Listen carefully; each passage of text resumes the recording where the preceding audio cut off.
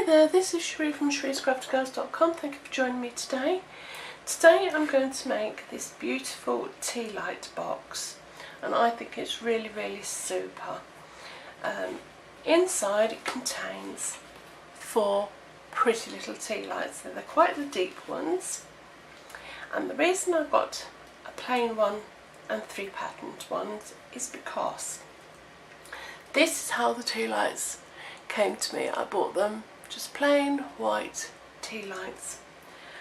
I went to Telford at the beginning of the year, and another demonstrator, excuse me, lovely lady called Heidi Smith, taught us how to change this into these.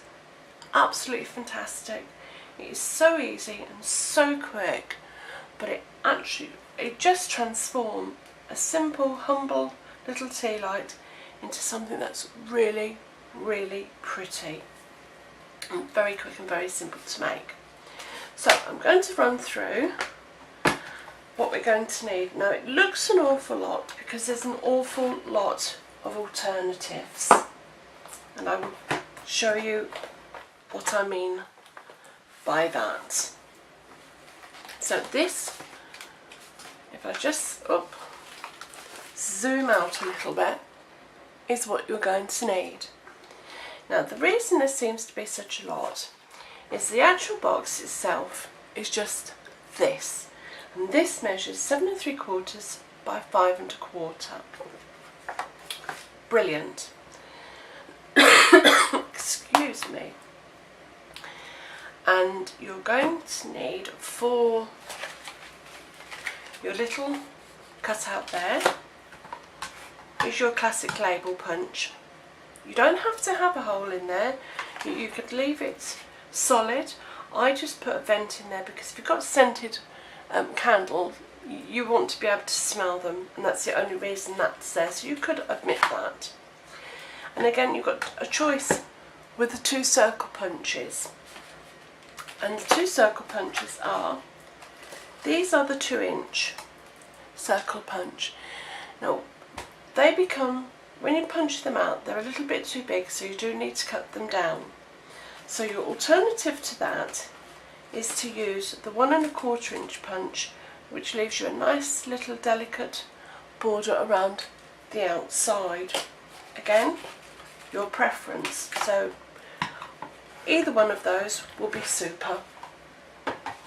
You're also going to need your heating tool that you use to emboss. You'll need that later. So to make the banner, which I've already gone ahead and done, this is on crumb cake, and on the, I can't remember, H block, I mounted the banner itself. And first of all I did the Fabulous Friends on C block, and I stamped that, and then I went over the top of that with the H block and the banner here. They're both from here, I think. Yes, look, Fabulous Friends, Banners for You, and the matching banner. And so I popped those out. I'm just going to pop them away so I don't misplace them. So that goes in there, and then Fabulous Friends goes in there. And that's your sentiment made. So that was stamped out with cherry cobbler, and when we punched, after I'd stamped them, I cut them out on my Big Shot using the bunch of banners framelits set, and that gave me a beautiful banner. Right, now the reason I've got 2 sets of stamps is this stamp came from this one. Well, these 2 actually came from the Flourishing Phrases, which is a 2-box set, one with sentiments and one with your designs, and I stamped them out like that. And because this paper has little squirrels, I decided to use the first side, and I used that one.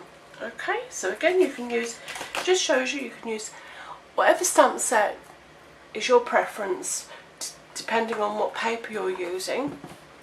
You can use virtually any stamp set that you have in your collection. So, and then as I say, I used the cherry cobbler for the sentiment, and to make the design on here, all you need is some tissue paper. Now, sometimes I get some shoes or some handbags or little gifts that come with the tissue paper. I save all of those, so my tissue paper doesn't cost me anything. And all you do with that is, let me get my, you stamp it all over, or if you're using the flower, see with that one I just stamped it all over, mounted it on my D-block, stamped it all over, or if you're using the flower itself, you just stamp your flower. So I'll just put that away. And then taking a piece of scrap paper, and whichever punch you're using, I'm going to use the 2-inch, align it where you would like it onto your paper. The reason you do it on your paper is because the tissue paper is far too fragile. Pop it in your punch, decide which area you want. I quite like that one, and punch it out, and there you have, oops, your circle for your candle. Taking your piercing mat and your poker tool, find the centre-ish and simply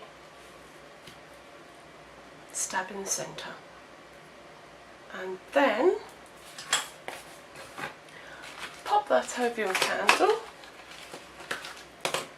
This is the hardest part actually, finding your centre or finding your wick. Hope you can see this. Find your centre, your wick. Oh, I can never find this. This is my hardest piece, I must admit. Where's the wick? There it is. Pop it over. So I'll show you how to do those. And then I pop my wick down, and with my scissors, you just, this is a 2-inch, just trim around the edge as close to the actual foil container as you can, because it just saves tucking it in. Okay, like so. Pop that out of the way. Taking a bone folder and just edge it inside, like so. It just makes it easier once you come to heat it. It'll just melt into it. Okay. So taking your heating tool, making it nice and hot, do all of them. And this one here is the 1 1/4 inch. I'll do that first, because you just need to make sure your heating tool is nice and hot, and just simply stuck melt your paper into your wax. And there you are. That's that one. Do exactly the same on these. Look, I've made a splash mark, but never mind. You just warm the wax. What you're doing is you're melting the wax, and your paper just dissolves into it. I'll just pop that one with my scissors just down a little bit. It just sits inside, and you do that with all of them. Just melt your paper into the wax, and there you are. Isn't that fabulous? So quick and so simple. And there you are.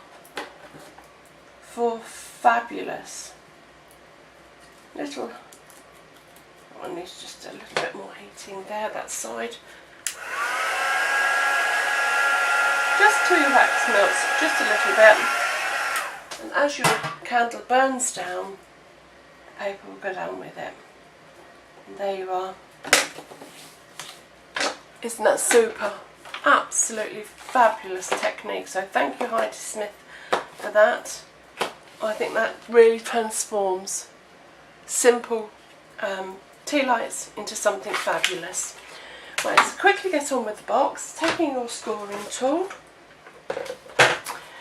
you are going to score at 3/4 inch and 7 inches, with the long side at the top. Short side is 3/4 inch, 2 1/4 inches, 3 inches and 4 1/2 inches.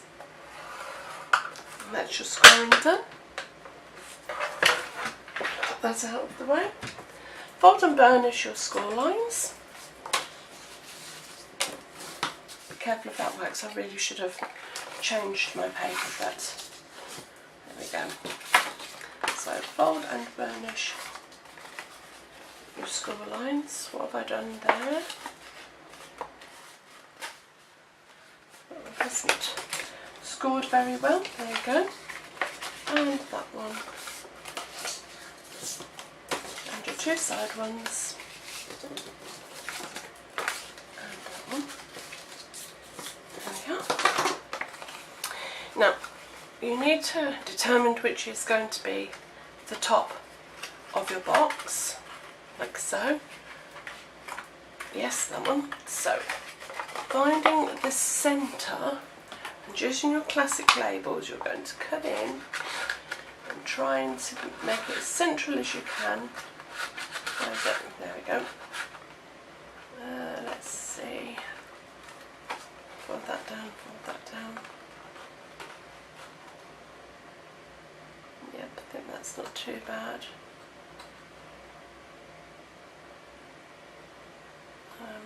Just going to come down a little bit and punch out your window. So pop that out of the way. To do your cutting, bring your short side towards you, and you're just going to notch the end and come up your score line and notch, up the next score line, and you're just going to notch into your square, not the rectangle because that's the side of your box. Okay, so you're just notching those ones out, and the same here, up to the square and notch into the square. It's just for ease of folding when you close your box up. Again, on the short side, notch your end, up the score line and notch to the next score line, notch into the square, notch into the square. It's your rectangle, up your score line and notch your square and your square. There you go. Beautiful. Take those out of the way, and you're simply now going to use, I would normally use, oh yes, where's my Tombow? Sorry, I've been on holiday and I'm just not quite there yet. So taking your Tombow, fast fuse, sticky strip on your squares. I tell you what, before I actually put that together, I'm going to use a 3/4 inch punch, and I'm just in the centre going to put a tiny little notch for my thumb. Okay, then making your box, you bring, dear oh dear, I do like it right to the edge of my corners. There we go. Now, to make the box, you need to have the two squares folded towards the box. So bring that up and make a box, and just hold it for a second while it dries. And the same the other side. Fold your box in and the side in, and that makes a nice neat box.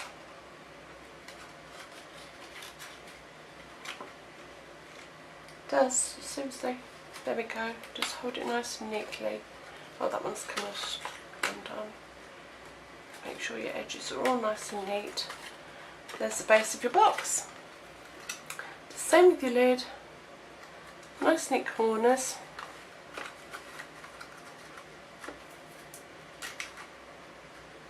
Nice and neat. There we go, there's your box. Oh, come on the outside. There, isn't that super? Absolutely super. And then with your label, I'm just going to put a few dimensionals on the back,